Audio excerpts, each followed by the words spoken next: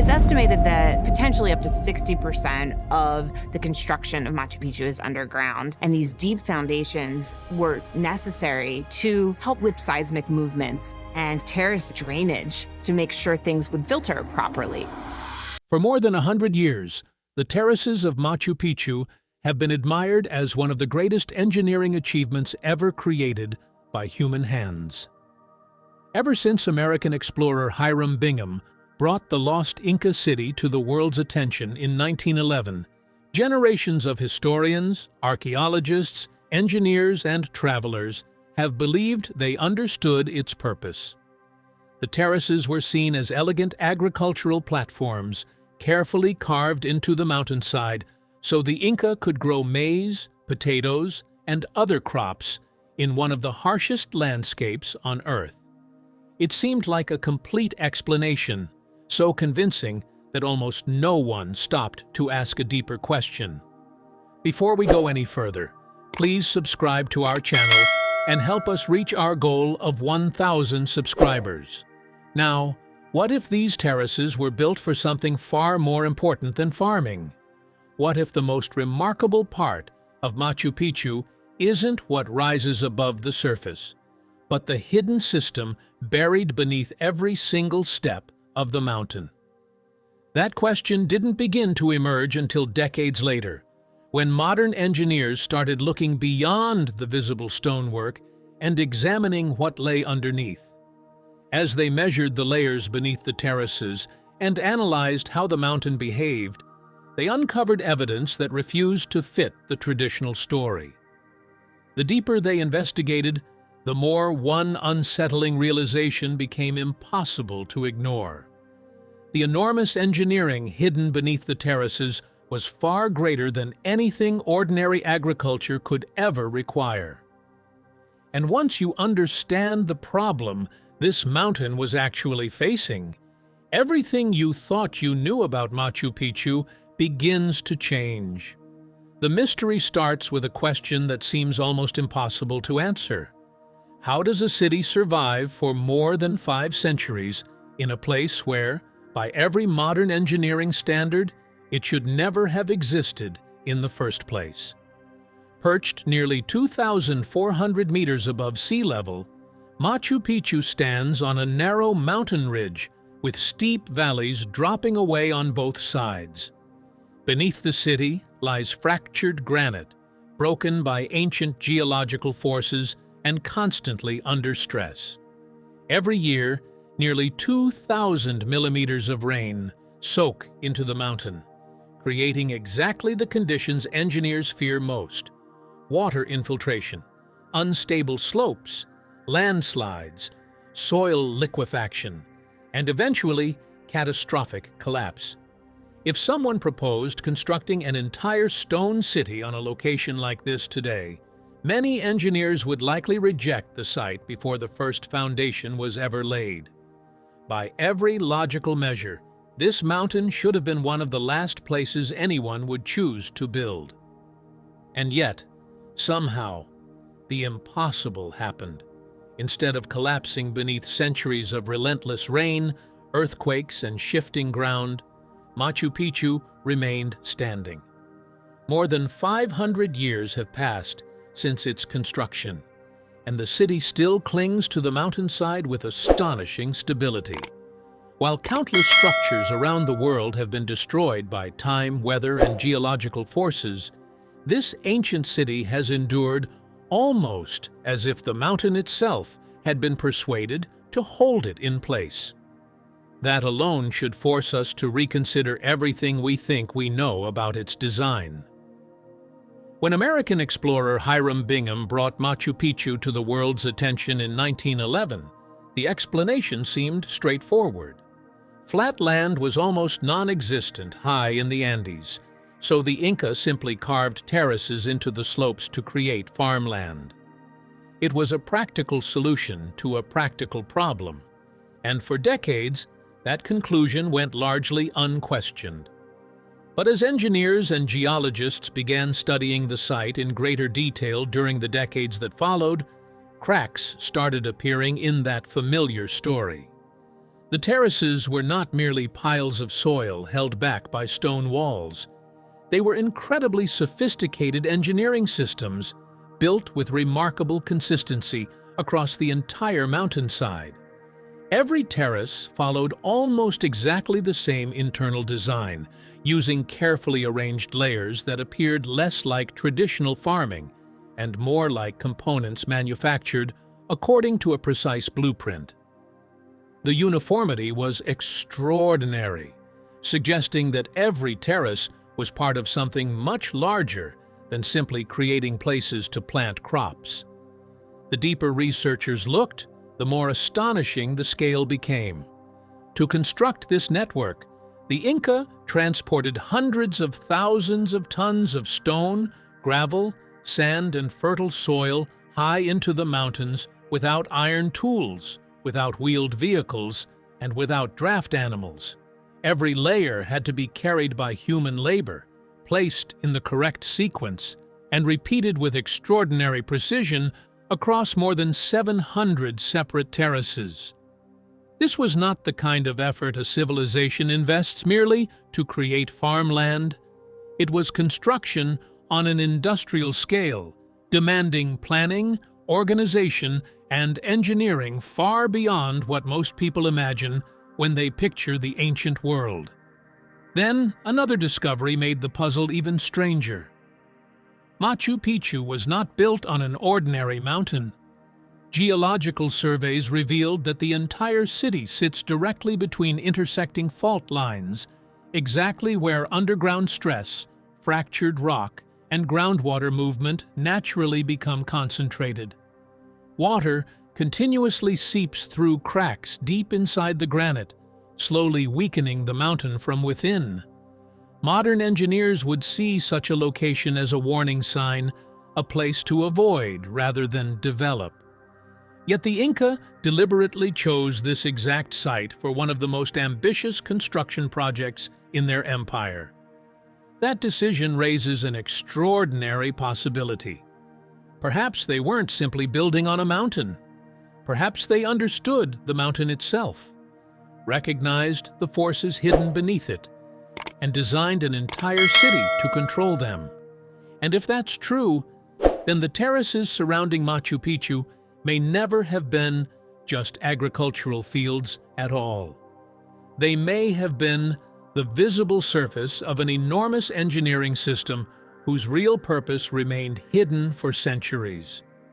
In the next section, the story becomes even more surprising as the terraces stop looking like farmland and begin revealing themselves as one of the most sophisticated drainage and stabilization systems ever built in the ancient world.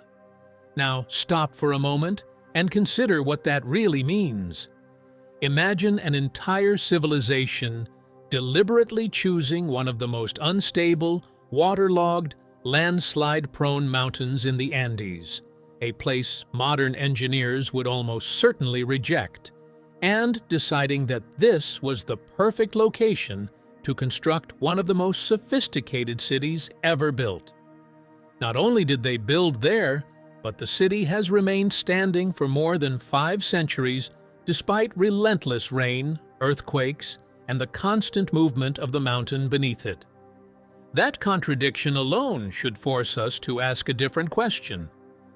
Perhaps Machu Picchu was never simply placed on the mountain. Perhaps it was designed for the mountain. And that is where the real mystery begins. The answer starts to emerge the moment you stop looking at the terraces as ordinary farmland and begin examining just one of them as an engineer would. At first glance, it appears to be nothing more than a simple stone platform filled with soil. But the closer you look, the more that illusion falls apart.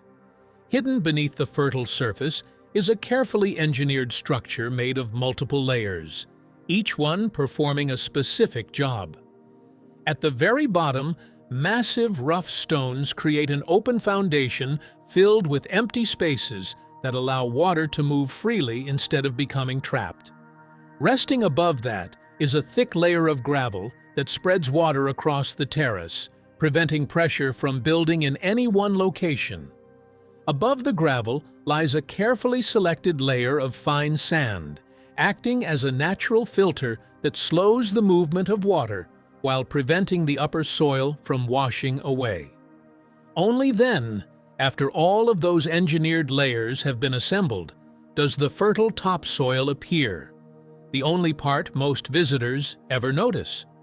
What seems from the outside to be an ordinary farming terrace is, in reality, a remarkably sophisticated filtration and drainage system hidden beneath a thin layer of earth. What makes this discovery even more extraordinary is that this design was not used once or twice.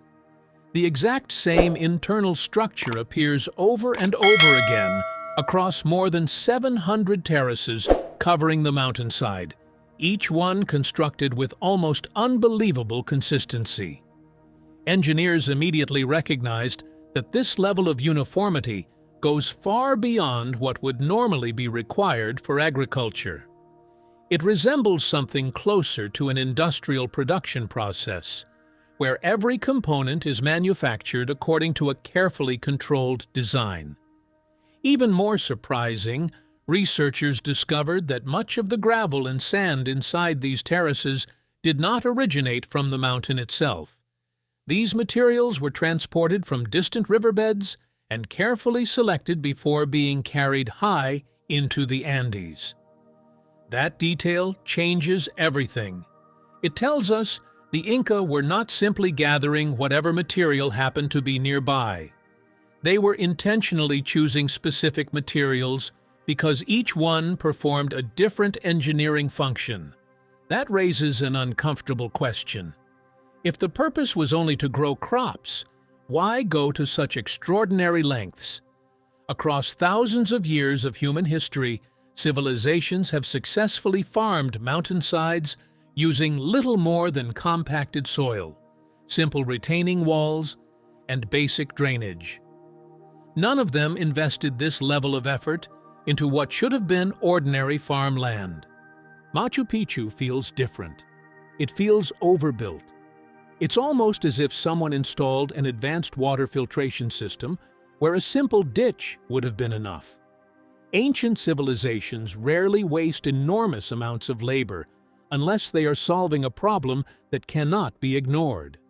And that possibility suggests the terraces may have been designed to address a threat far greater than agriculture ever demanded. The behavior of the mountain itself offers another clue.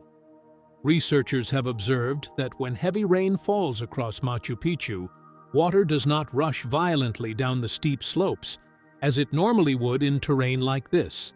Instead, it seems to vanish almost immediately. The terraces absorb it, filter it, redirect it, and quietly move it through the mountain before dangerous pressure has a chance to develop. The result is something almost invisible to anyone walking through the ruins. Machu Picchu does not behave like a city resting on top of a mountain. It behaves like a machine regulating one. Every terrace appears to participate in a larger system, quietly managing forces that most visitors never realize are there. That realization becomes even stranger once engineers began studying the water flowing through the city itself. One would naturally assume that the channels and fountains only become active after rainfall. But that isn't what they found. Even during dry periods, when no rain is falling over the mountain, water continues moving steadily through Machu Picchu, not as occasional drips or isolated trickles, but as a continuous, controlled flow. The carefully carved stone channels, fountains, and drainage passages remain active for much of the year, carrying water through the city with remarkable consistency. This immediately suggests that rainfall is not their primary source because rainfall is unpredictable. The water beneath Machu Picchu is not. To distribute this water, the Inca constructed a sequence of 16 stone fountains descending the mountainside in perfect order. Each fountain feeds the next through carefully calculated channels that regulate both pressure and flow before allowing the water to continue downward. Such precision goes far beyond simply providing drinking water. It demonstrates an understanding of hydraulic control that remains astonishing even by modern standards. The greatest clue, however, lies in where this water begins. The spring feeding the entire system does not emerge from a nearby river or visible stream. It rises directly from the fault zone above the city, flowing out of the fractured mountain itself. In other words, the Inca were tapping into groundwater already moving under natural pressure beneath the granite. Modern hydrological studies have shown that this spring continues flowing throughout the year, even when seasonal rainfall decreases dramatically, strongly indicating that its source is a deep underground reservoir continuously recharged within the mountain. Now consider the implications of that discovery. If groundwater is constantly building beneath the mountain, forcing its way through fractures while increasing pressure inside unstable rock, then that pressure has to be released somehow.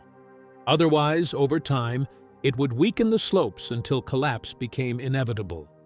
Suddenly, the terraces no longer appear to be clever agricultural platforms.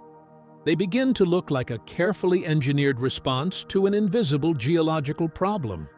Some researchers have suggested that long before construction ever began, the Inca may have observed subtle landslides, shifting ground, or slow movements within the mountain itself. Rather than abandoning such a dangerous location, they may have chosen to understand it.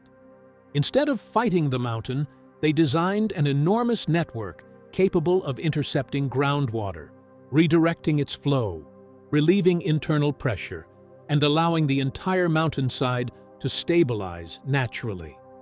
If that interpretation is correct, then Machu Picchu was never simply a city built on stone. It was a city built around fractures. And that brings us to perhaps the most remarkable discovery of all. Geological mapping has confirmed that Machu Picchu sits directly above intersecting fault lines running beneath the site in multiple directions. These are not small cracks or surface imperfections. They are deep structural weaknesses created by powerful geological forces over immense periods of time, places where the granite has already fractured, shifted, and become naturally vulnerable. Any modern engineer would see such faults as a serious warning. Conventional wisdom says you avoid building on them whenever possible. Yet the Inca did exactly the opposite. Instead of treating the faults as obstacles, they appear to have embraced them, placing one of the greatest engineering achievements in history directly on top of the mountain's weakest points. That decision alone suggests they understood something about the landscape that we are only beginning to appreciate today. The next section becomes even more compelling as the city itself begins to mirror the fault lines beneath it, revealing how its walls, terraces, and stonework may have been deliberately designed to work with the mountain rather than against it. What makes this discovery even more remarkable is that the Inca didn't merely build near these fault lines. They built with them. The entire city appears to have been aligned around the mountain's hidden fractures. Look carefully at the orientation of the walls, the stairways climbing the slopes, the terraces stretching across the mountainside, and even the drainage channels carved through solid stone. Again and again, they follow the same angles as the geological fractures buried beneath the surface. Researchers studying the site believe this alignment is far too precise to be accidental. It suggests the Inca not only recognized the fault lines beneath their feet, but deliberately used them as the blueprint for the entire city. And that changes the story completely. Those fractures were not simply weaknesses in the mountain. They were natural pathways through which groundwater could rise, move, and concentrate deep beneath the surface. Instead of resisting those forces, the Inca appear to have studied them, understood them, and then designed an entire city that worked in harmony with them. Rather than forcing the mountain to obey their plans, they allowed the mountain itself to dictate the design. That same philosophy can be seen in every stone they placed.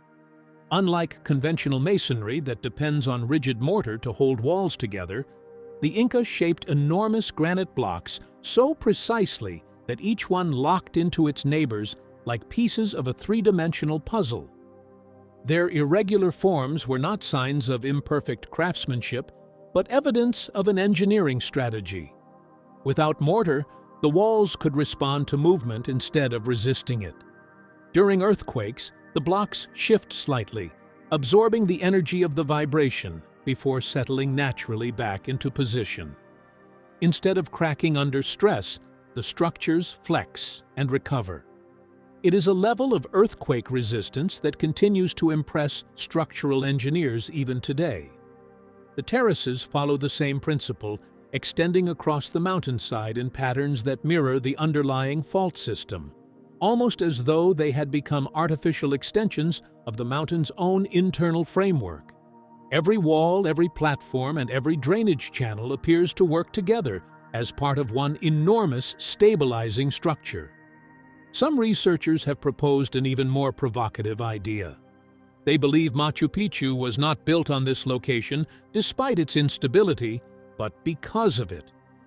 According to this theory, the intersection of multiple fault lines represented the most vulnerable section of the ridge, the very place where groundwater, geological stress, and long-term erosion posed the greatest threat. Instead of avoiding that danger, the Inca may have intentionally chosen it as the focus of one of the most ambitious engineering projects in history. If that sounds difficult to believe, consider the evidence that surrounds the city today. Walk through Machu Picchu and everything feels peaceful. The terraces are covered in green vegetation. Ancient stone pathways remain remarkably level. Water flows gently through beautifully carved channels that seem almost decorative. There is no obvious sign that the mountain beneath your feet has spent centuries battling gravity, water pressure, and geological instability. Yet that peaceful appearance may be one of the greatest illusions the site presents. Modern engineering models tell a very different story. When specialists simulate what should happen to a mountain with this amount of rainfall, this degree of fractured bedrock, and this level of underground water movement, the outcome is surprisingly consistent. Water gradually infiltrates the rock, internal pressure increases, soil begins to weaken, and eventually part of the mountainside fails. Not through a slow, almost unnoticed movement, but through a sudden landslide capable of sweeping away everything built upon it. Throughout the Andes, similar landscapes have experienced exactly that fate. Entire hillsides have collapsed without warning. Villages have disappeared beneath millions of tons of earth and rock. Mountain slopes have slowly reshaped themselves over centuries as gravity inevitably took control. By every geological expectation, Machu Picchu should have suffered the same destiny. But it never did. More than 500 years have passed, and no catastrophic slope failure has erased the city. That absence is extraordinary. It is not merely good fortune, it is evidence that something has been working continuously beneath the surface. Perhaps the greatest achievement of Machu Picchu is not what visitors can admire, but what they never have to witness. There are no buried neighborhoods hidden beneath massive landslides, no collapsed terraces scattered across the valley below. No signs that the mountain ever experienced the catastrophic failure its geology seems to predict. Instead, there is only remarkable stability, maintained year after year, century after century. Increasingly, some researchers argue that the terraces, the drainage network, and the city's careful alignment with the fault system were never isolated engineering solutions. Together, they formed a single passive mechanism that quietly relieved underground pressure, redirected groundwater, and stabilized one of the most dangerous mountains in the Andes long before disaster had a chance to unfold. Perhaps the most astonishing part of that theory is that the system may never have stopped working. Centuries after the last Inca inhabitants left the city, water still moves through the same stone channels. The terraces continue to absorb rainfall, filter it through their carefully layered foundations, and release moisture exactly as they were designed to do. Without pumps, without machinery, without maintenance crews, and without modern intervention, the mountain continues to regulate itself through an engineering system built hundreds of years ago. It is almost as if Machu Picchu never truly became a ruin. Its people disappeared, but the machine they built never stopped operating. If that interpretation is even partly correct, then another question becomes impossible to ignore. How could a civilization without iron tools, wheeled vehicles, or large draft animals create something on this scale? Once you look beyond the beauty of the stone walls and focus on the logistics, the achievement becomes almost overwhelming. Constructed during the reign of the Inca Emperor Pachacuti in the 15th century, every part of Machu Picchu was assembled through human effort alone. Every massive granite block, every basket of gravel, every load of sand, and every handful of fertile soil had to be carried up steep mountain paths by people climbing thousands of feet above the valleys below. And each terrace demanded several different layers of carefully selected material, gathered from different locations. Gravel was likely collected from distant riverbeds, sand from specialized deposits, and rich topsoil transported from fertile valleys far below.